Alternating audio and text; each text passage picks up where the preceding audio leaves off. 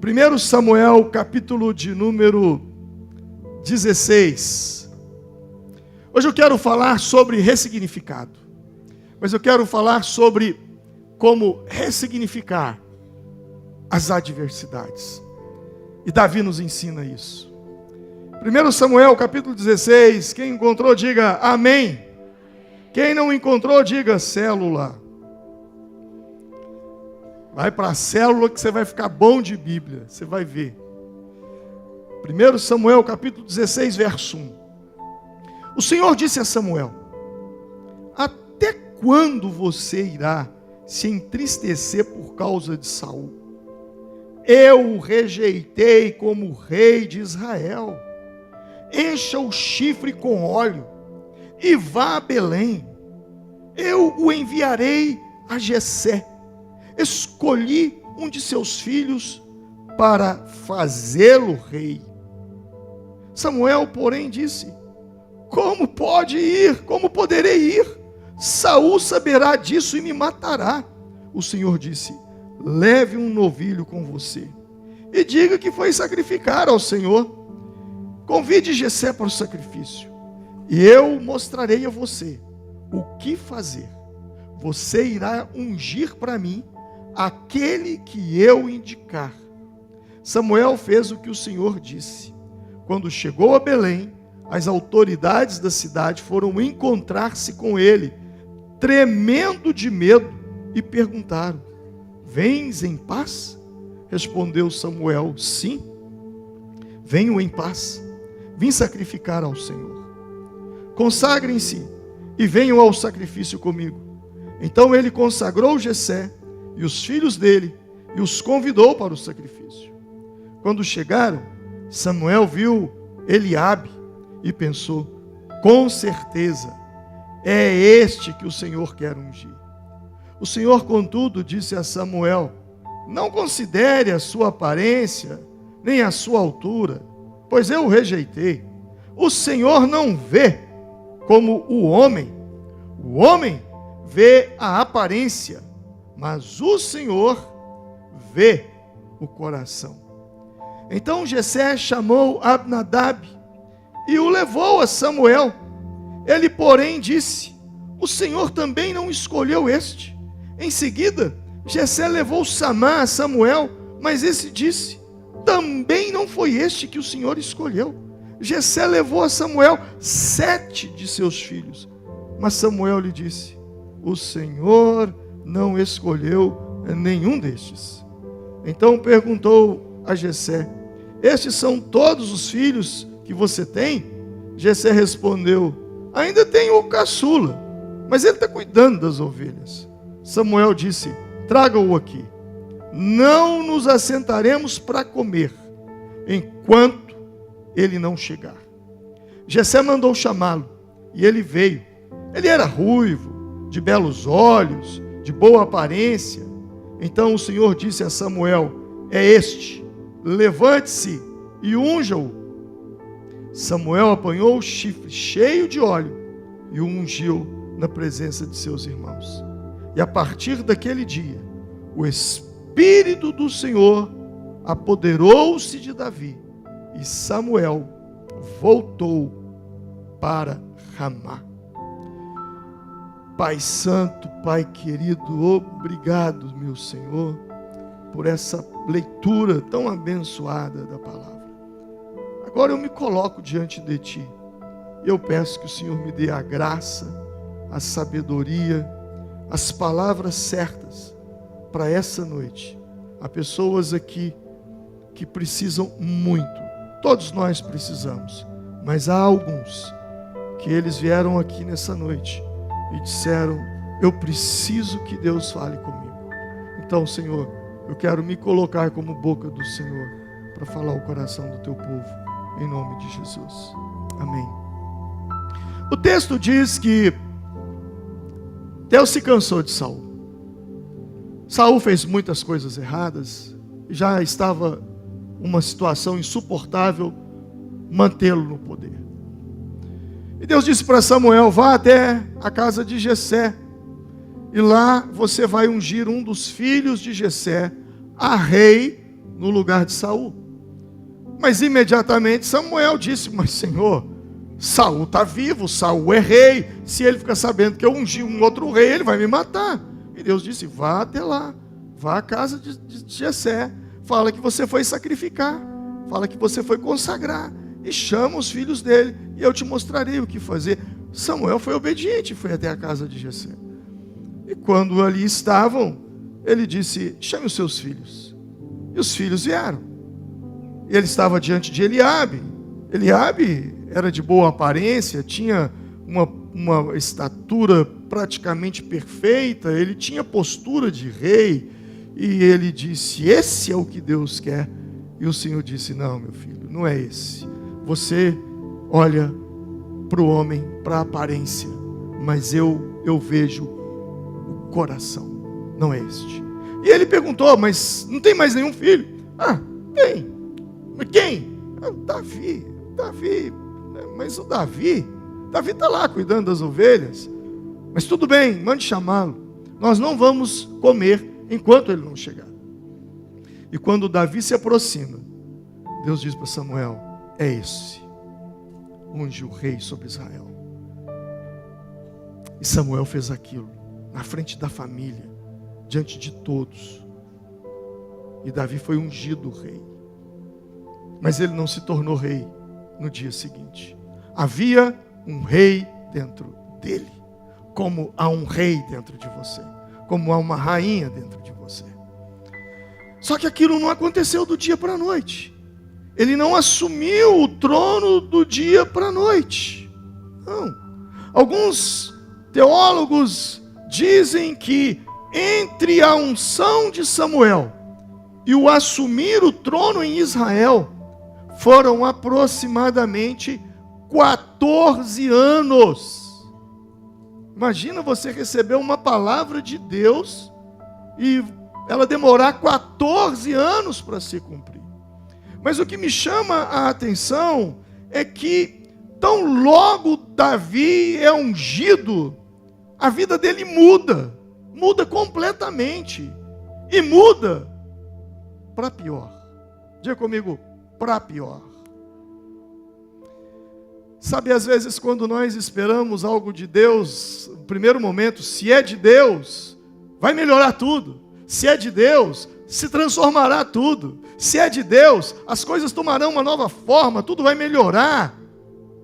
Sim, só que Deus trabalha de uma forma diferente. As coisas pioram para depois melhorar.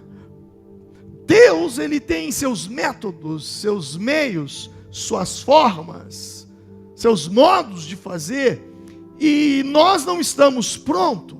Deus tem uma palavra para você, mas é muito provável que você não esteja pronto para aquela palavra. Deus tem palavras para a minha vida, e coisas que demoraram anos para acontecer. E eu sei que essas coisas demoraram anos, não foi por causa de Deus, foi por causa de mim. Porque eu não estava pronto. E Deus tem suas formas, Deus tem seus meios de fazer com que nós nos tornemos prontos. Ele tem os seus meios de nos preparar para receber aquilo que Ele tem para a nossa vida. E uma das ferramentas que precisa de um inimigo para você crescer. É paradoxal, mas é verdadeiro. Você precisa de um inimigo para você crescer. E eu vou repetir isso mais uma vez. Você precisa de um inimigo para crescer. Tão logo Samuel unge Davi, no capítulo 16, já no versículo 14, e no capítulo de número 19, então começa uma perseguição. Saul procura matar Davi, e Davi então passa a fugir de Saul. Tão logo Davi foi ungido, já aparece desafio, já aparece adversidade. O seu filho, a sua filha, no meio da adversidade, é a forma como ele opera. Se você tem um grande inimigo, é porque Deus te vê grande. Se você acha que o seu inimigo é grande, é porque o céu te enxerga como grande. Quanto maior são as suas adversidades, quanto maior é o seu adversário, maior é o tamanho que Deus te enxerga. A adversidade e inimigos ativam você. Você precisa de tensão para despertar. Relacionamentos saudáveis são feitos de tensão. O que eu e você precisamos é aprender a canalizar a nossa ira, canalizar a nossa raiva, canalizar a nossa energia. Relacionamentos saudáveis são feitos de tensão. Quando você vê um casal que se dá super bem, é porque houve muita tensão entre eles. Tensão libera energia, ou para a unidade, ou para a divisão. Há casais que quanto mais tensão, quanto mais adversidade eles enfrentam, mais eles se unem em meio aos problemas. Por outro lado, outros, quando passam por adversidade, se separam.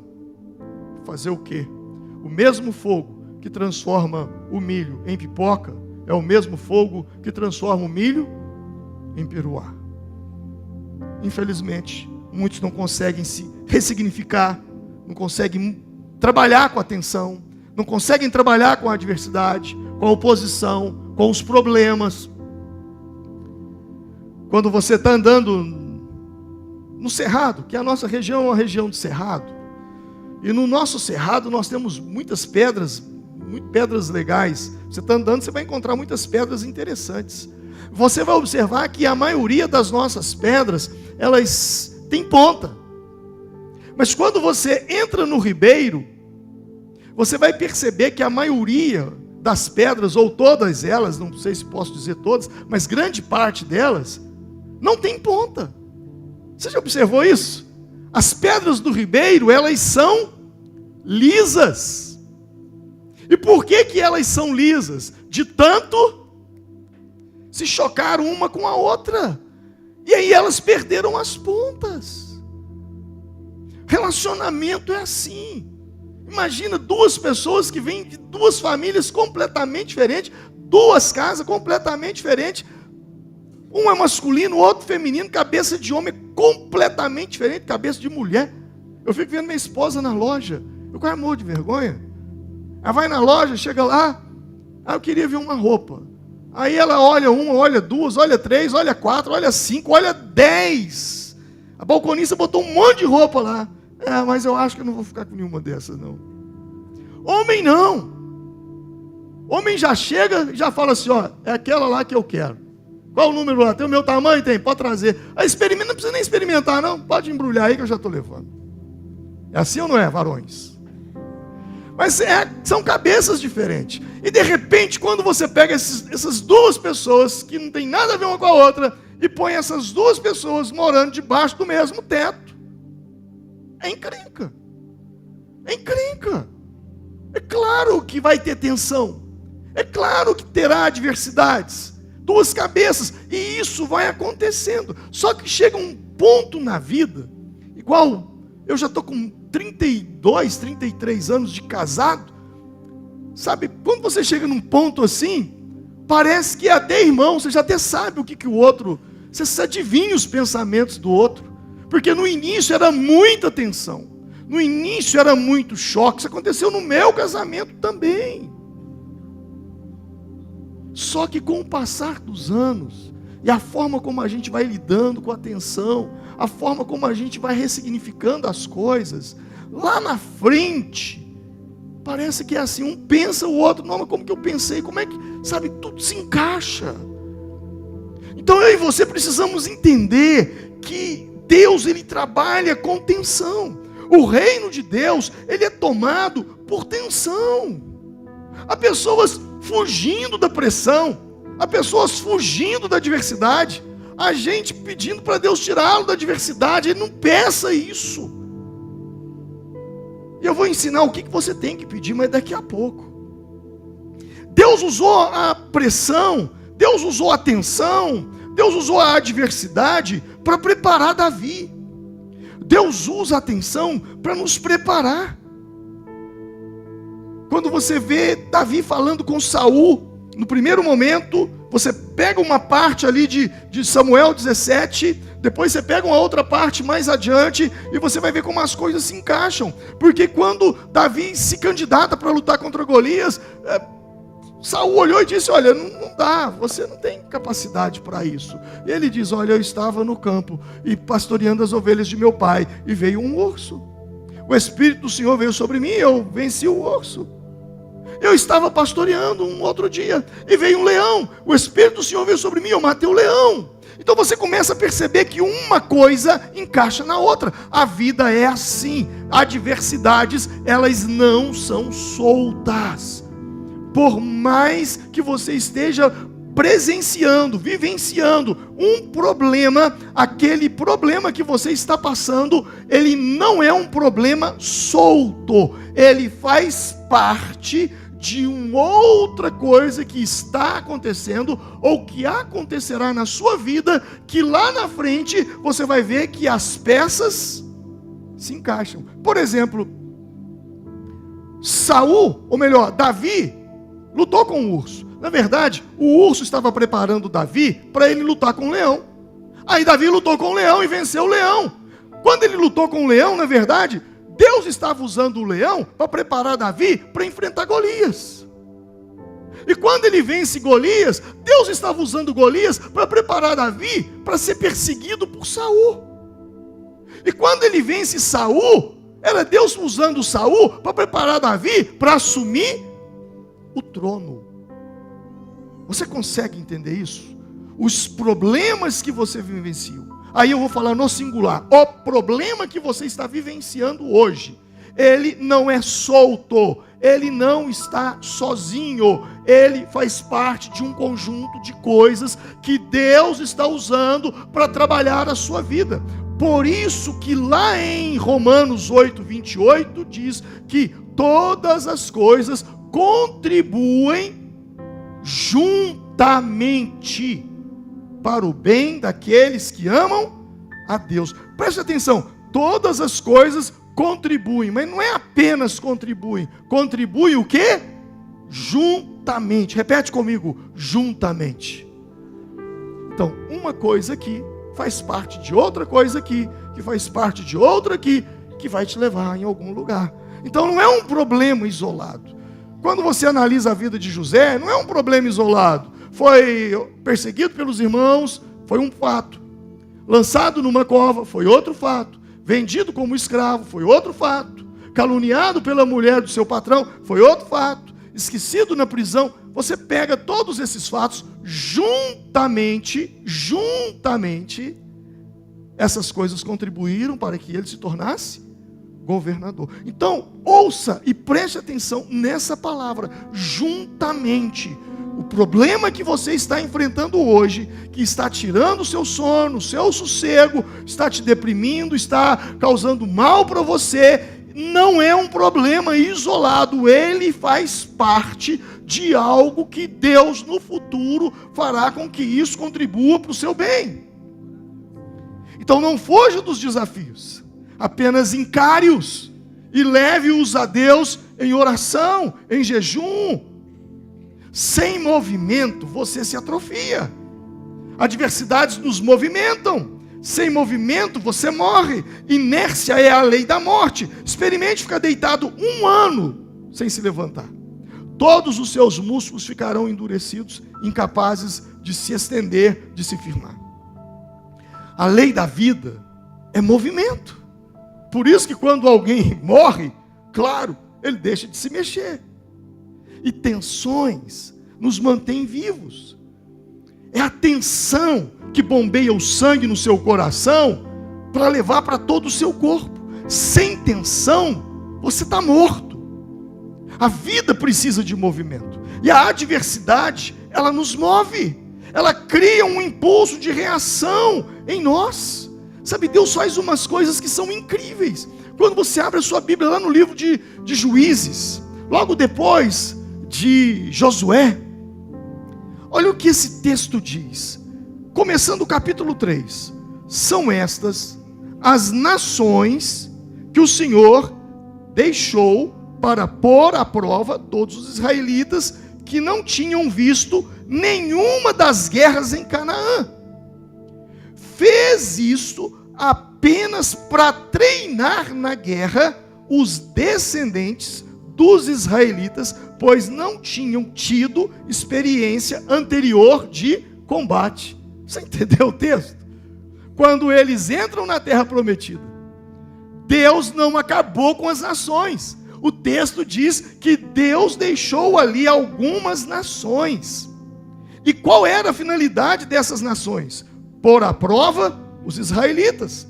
Quais israelitas? Os que não tinham visto nenhuma das guerras em Canaã. E o texto diz que ele fez isso apenas para treinar na guerra os descendentes dos israelitas, pois não tinham tido a experiência anterior de combate. Quando eu leio esse texto, eu fico até trêmulo, porque eu começo a pensar nas nossas gerações. Porque a minha geração lutou em Canaã. A minha geração sofreu, ralou, passou. E nós estamos vendo uma geração aí que não sabe nada, não quer nada, não pensa em nada. E é difícil de entender isso. Uma geração que, quando você olha para o futuro e a gente sabe que as coisas que virão pesadas, a gente fala, será que esse povo está preparado? E aí, muitos de nós estamos. É um absurdo, porque a ideologia de gênero nas escolas, porque o governo está fazendo cartilhas e não sei o quê. Ei, tá, tudo bem, tudo bem. O que há de novidade nisso? O que há de novo nisso? Nós que conhecemos as escrituras, o que está nos pegando de surpresa? Nada. A Bíblia é muito clara. O mundo jaz no maligno.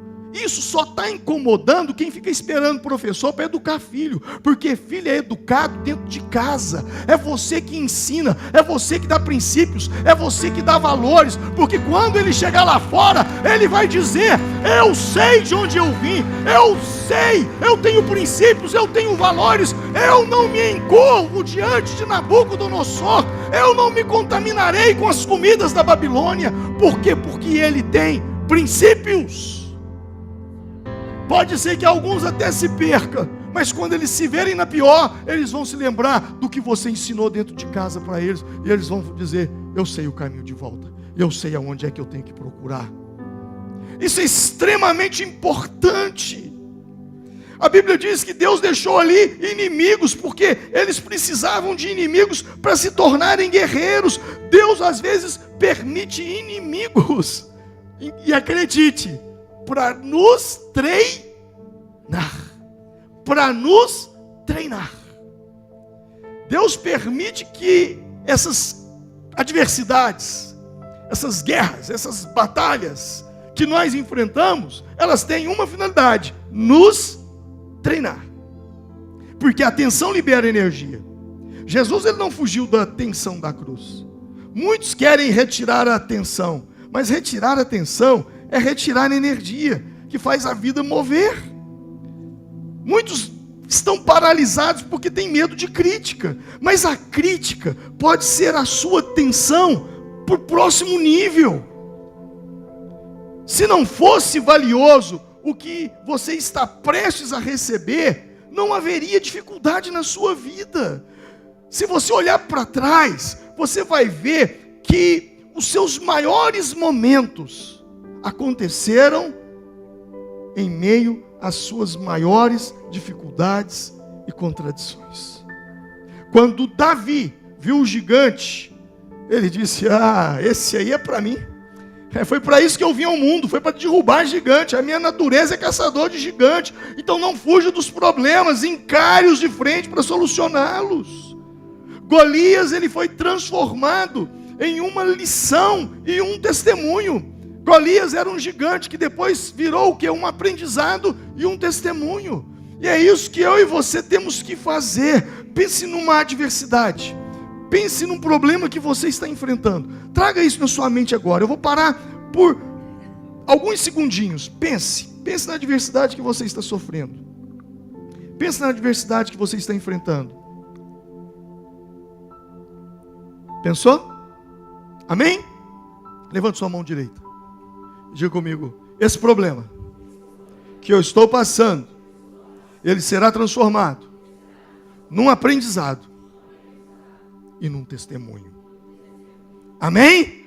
Você toma posse dessa palavra? A tensão, ela revela a nossa identidade.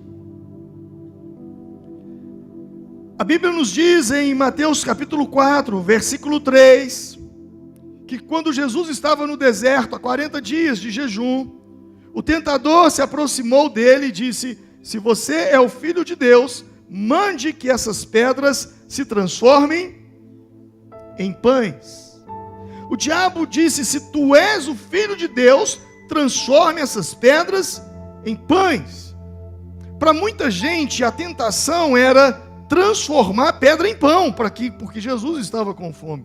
Mas existe uma provação muito maior que isso. Quando o diabo diz: se tu és o Filho de Deus, e se você vê o contexto, Jesus havia sido batizado no Jordão, e quando ele entra nas águas, o Espírito do Senhor vem sobre ele, e uma voz diz do céu: este é o meu Filho amado. E agora o diabo chega diante dele e diz: se tu és o Filho de Deus. Então a grande tentação aqui não é transformar a pedra em pão para comer. A grande tentação é provar aquilo que você já é. Essa é a grande tentação da vida. É você provar aquilo que você já é. Ele já era filho. Ele não tinha que provar nada para o diabo. E tem tanta gente tentando provar que é importante. Tem tanta gente tentando provar que é forte, que é inteligente. Quando você entende quem você é, você entende que não precisa viver uma vida de aparência e que você não precisa ficar tentando provar nada para ninguém, porque você é. Essa é a maior tentação, é tentar provar aquilo que eu sou. Não caia nessa. Não caia nessa. Quem tem identidade, a sua identidade, ela fala por si só. Lembra dos espias na terra prometida? Quando Moisés vai entrar para a terra prometida, ele envia 12 espias. E o que me chama a atenção é que isso está lá em Números capítulo 13, no verso 2, diz assim: enviei alguns homens em missão de reconhecimento à terra de Canaã, terra que dou aos israelitas. Envie um líder de cada tribo dos seus antepassados. Olha só, o texto diz que eles deveriam enviar um líder para espiar a terra. Diga comigo: espiar a terra. E eles foram. E quando eles chegaram lá, eles viram gigantes. E deram o seguinte relatório a Moisés: entramos na terra a qual você nos enviou, onde mana leite e mel. Aqui estão alguns frutos dela, mas o povo que lá vive é poderoso. E as cidades são fortificadas e são muito grandes. Também vimos os descendentes de Enac. Tá, tudo bem. Eles viram vários gigantes. Era um dado, era uma informação. Tudo bem. Mas o problema é que Deus mandou que eles fossem para espiar a terra e trazer informação. Diga comigo: informação.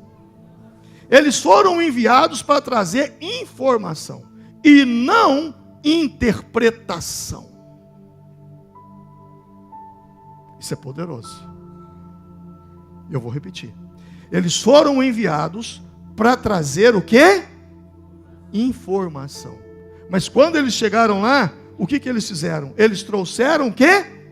Interpretação. Mas os homens que tinham ido com eles disseram: não podemos atacar aquele povo, é mais forte do que nós. E espalharam entre os israelitas um relatório negativo acerca daquela terra. Disseram: a terra para a qual fomos em missão de reconhecimento devora os que nela vivem. Todos os que vimos são de grande estatura. Vimos também os gigantes, os descendentes de Enac, diante de quem parecíamos como gafanhotos, e a eles também nos parecíamos como gafanhotos. Ei, Deus não mandou eles interpretarem.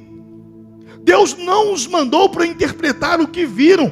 Deus os mandou para espiar a terra, trazer informações. Não há nenhum problema em ver problema. Eu vou repetir: não há nenhum problema em ver problema. O problema está na interpretação daquilo que você está vendo. O seu problema não é o problema, mas é a interpretação que você faz. É aí que está tudo. É aí que define o seu destino, é aí que define as suas decisões, é aí que define você por dentro.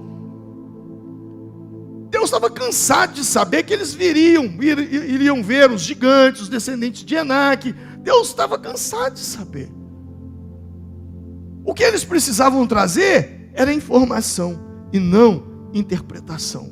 Eu não sei qual problema você está passando. E nem quero dizer para você fechar os seus olhos e dizer que eles não existem. Não, eles existem, eles são reais, eles estão lá. Agora, não interprete os seus problemas. Apenas relate-os ao Senhor e compartilhe o seu coração com Deus em oração. Deus, eu vi isso, essa situação está assim. Senhor, eu estou com medo, eu acredito que eu não vou conseguir. Para o homem eu não falo nada, mas para Deus eu falo tudo. Para o homem eu estou forte, mas para Deus eu sou fraco. Senhor, eu não aguento, eu estou com medo, meu coração está com medo. Eu não sei como sair dessa situação, eu não sei como me virar, eu não sei o que fazer. Senhor, eu estou perdido, eu estou desesperado. Senhor, eu estou com ansiedade, eu não suporto, eu não estou conseguindo dormir direito. Senhor, a minha vida está um caos. Por quê? Porque eu tenho um problema. Agora, Senhor, haja, entre nessa situação. O Senhor é poderoso para fazer infinitamente mais do que eu posso te pedir. Não há problema em ver problema. O problema está em interpretar. O seu destino não é sobre o que você faz, mas sobre o que você é e como você vê. No versículo 33, eles se viram como gafanhotos. E nada decepciona mais a Deus do que quando nós não damos a Ele a chance dele se mostrar. Eu vou repetir. Não existe nada que decepciona mais a Deus do que quando eu e você não damos a Ele a chance de se mostrar. Jesus em Nazaré, a Bíblia diz que Ele não pôde operar milagres. Não diz que Ele não quis, diz que Ele não pôde por causa da incredulidade deles. E eu e você precisamos ter isso na nossa mente. Deus não tem problemas com quem tenta e não consegue. Deus não tem problemas com quem tenta e falha. O problema de Deus está com quem não tenta. Mateus capítulo 25, Jesus falando de parábolas, ele fala de uma parábola de um homem que saiu e deixou o seu tesouro para com algumas pessoas e pediu que elas trabalhassem esse tesouro. E o texto diz que ele deu 5 para um, ele deu 2 para outro, ele deu 1 para o outro. O que tinha 5, pegou 5, trabalhou 5, multiplicou por mais 5. O que tinha 2, pegou os 2, trabalhou por mais 2 e arrecadou mais 2. O que tinha 1, ele o enterrou. E aí o Senhor, que ali na verdade é Deus, pergunta para ele: por que você não multiplicou o talento? E ele responde: tive medo, saí e escondi o seu talento no chão. Veja, o que talento era uma moeda, para quem não sabe. Veja aqui o que lhe pertence. O Senhor respondeu: servo mau e negligente. Você sabia que eu colho onde não plantei e junto onde não semeei. Então você devia ter confiado o meu dinheiro aos banqueiros, para que quando eu voltasse, o recebesse de forma com juros. Tirem o talento dele e entreguem-no ao que tem 10. A Bíblia continua dizendo: porque ao que não tem, até o que tem será tirado e dado ao que tem. Esse homem não foi condenado porque ele não conseguiu multiplicar. Esse homem foi condenado porque ele não tentou. Não é sobre tentar e não conseguir. É sobre não tentar. É sobre não deixar Deus se mostrar. É sobre interpretar os fatos e interpretar os problemas pela sua lógica e falar: acabou, sem permitir que Deus tente. E é esse o problema. No texto de Números capítulo 13, Deus envia 12 espias. Diga comigo, 12 espias. Um se chamava Josué. O outro se chamava Caleb. E os outros 10, como eles se chamavam? Você não sabe. E sabe por que você não sabe? É simples. Porque covardes não são lembrados. Gente que desiste antes de tentar, não é lembrada por ninguém. Não é o fato de você tentar e não conseguir. Não é sobre isso. Muitos de nós, em alguns momentos da vida, vamos tentar alguma coisa e não vamos conseguir. E daí, tudo bem, a vida segue. Agora o problema é não tentar. É aí que mora o problema. Essas adversidades que Davi passou, elas só fortaleceram Davi. Porque logo após ele receber a unção de rei, a vida de Davi, aos olhos humanos, só piorou. Davi passou grande parte da sua vida no deserto. Eu fiz uma listinha, quando eu estava lendo esse texto, eu falei, eu quero ter a curiosidade. Aí eu achei os lugares para onde Davi foi, fugindo. Deserto de En-Gedi, deserto de Zif, deserto de Maom, deserto de Parã, caverna de Adulão, deserto de Horebe, deserto de Tecoa, deserto do Neguebe. Davi passou mais tempo da sua vida no deserto do que no palácio. Desertos na vida simbolizam lutas, simbolizam solidão, simbolizam abandono. Porém, ao estar no deserto, não peça para Deus te tirar do deserto. Não peça. O deserto é adversidade. Não peça para Deus para te tirar do deserto, pois o deserto está treinando você para se tornar em quem Deus sonhou com você. Sabe, quando Deus disse para Moisés, tire o povo do Egito e leve o povo para uma terra que mana leite e mel. E Moisés então atravessou o Mar Vermelho, você conhece a história, e ele foi em direção a uma terra que mana leite e mel. Mas Israel não tem abelhas. 60% do território de Israel é deserto. E quando os hebreus, eles chegaram na terra prometida, quando você olha pelo mapa, o mapa bíblico, você vai ver que eles chegaram por onde? Pelo deserto de Neguebe. E aí eles andaram um pouco, e aí viram água, uau, achamos água, vamos comer peixe. Chegaram lá, era o Mar Morto. Não tinha água, não tinha peixe. Subiram mais um pouco, foram parar no deserto da Judeia. Ou seja, não se parecia com nada que Deus tinha dito. O nosso grande desafio na fé é permanecer firme, é permanecer crente em Deus, quando tudo que você vê e quando tudo que você vive não se parece com nada daquilo que um dia você sonhou e Deus também te prometeu. É você olhar para as circunstâncias e olhar para a situação e manter-se firme. Olha, não parece com nada. José sonhou com governar, com governador.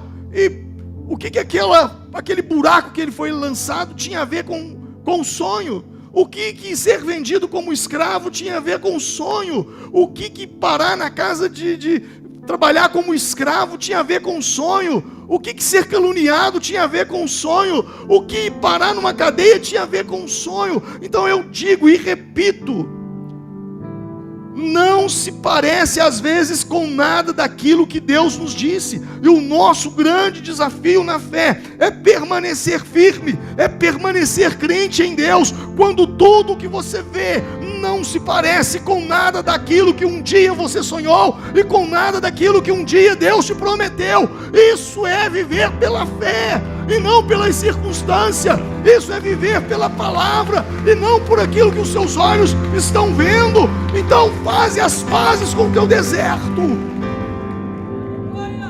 Nós oramos errado, pedindo para Deus nos livrar do deserto, enquanto que a nossa oração deveria ser: Deus, eu estou passando por um deserto, o Senhor sabe, então me dê força para sobreviver no deserto, me faça achar água nesse deserto, Me dê resiliência para eu ter resistência nesse deserto. Me ajude a encontrar soluções no deserto. Deus usa as adversidades do deserto em nossas vidas para nos fortalecer. Aprendam uma lição sobre o deserto. Não se esqueça disso. Aprendam uma lição. Ninguém sai do deserto reprovado. Ninguém. Ou você sai aprovado, ou você não sai. Mas reprovado você não sai. Ou você sai aprovado, ou você não sai. Isso é poderoso e nós precisamos entender isso. Outro dia eu ouvia um amigo ministrando uma palavra e ele falou uma coisa que me chamou muita atenção. Em Israel, aproximadamente 100% da população, aproximadamente 100% da população é enviada para o exército. Porque servir o exército lá é uma questão de sobrevivência. Quando você vê os palestinos lutando pela terra, os palestinos estão lutando pela terra. Mas quando você vê Israel lutando, ele não está lutando por terra, ele está lutando pela própria sobrevivência. Se eles baixarem a guarda, é morte. É morte. O sonho do Irã é matar Israel, é acabar com Israel. Então, 100%, aproximadamente 100% dos jovens são enviados para o exército. Os rapazes, eles servem o exército por 3 anos. E as moças, as meninas, elas servem ao exército por 2 anos.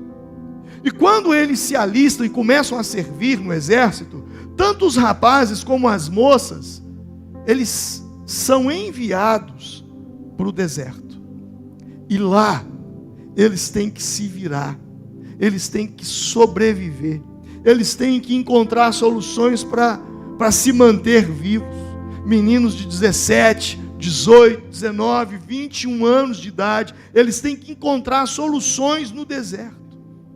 E quando eles voltam do deserto, eles voltam treinados. Imagina uma população, que a maioria da população foi treinada para sobreviver no deserto. Agora imagina a mentalidade desse povo. A mentalidade de quem passou anos, meses no deserto, buscando encontrar soluções para se manter vivo. Quando esse povo sai do deserto e volta para a cidade, para a vida normal, esse povo, eles não sabem o que é reclamação, eles sabem o que é busca por solução. Porque no deserto não adianta você reclamar que não tem água, porque não tem mesmo, você tem que se virar. Não adianta você reclamar que não tem comida, porque não tem mesmo. Então, quando esse povo volta para as cidades, quando eles voltam para a vida normal, é um povo diferenciado. Porque foi um povo treinado não para reclamar, mas para encontrar solução. E aí quando você vai em Israel, Israel hoje é a terra das startups. Não sei se você já leu, já ouviu sobre isso. É a terra das soluções, das empresas que trazem soluções. Eles, lá em Israel, eles não têm água. Não tem água, porque é deserto. 60% é deserto. Mas sabe o que eles fizeram? Essas idas deles para o deserto fez com que eles criassem a dessalinização de águas. Hoje, eles não têm rios como nós temos aqui, mas eles têm água doce. Por quê? Porque eles tiram a água do mar e tiram o sal e transformam ela em água doce. Então, a água para eles não é problema. Ah, mas eles têm 60% do território é deserto e produzem. Eles não têm problema com a agricultura. Não tem. Por quê? Porque eles aprenderam a lidar com a água e eles produzem. Eles têm os melhores sistemas de irrigação do mundo. Por quê? Porque eles foram treinados para encontrar solução e não reclamação.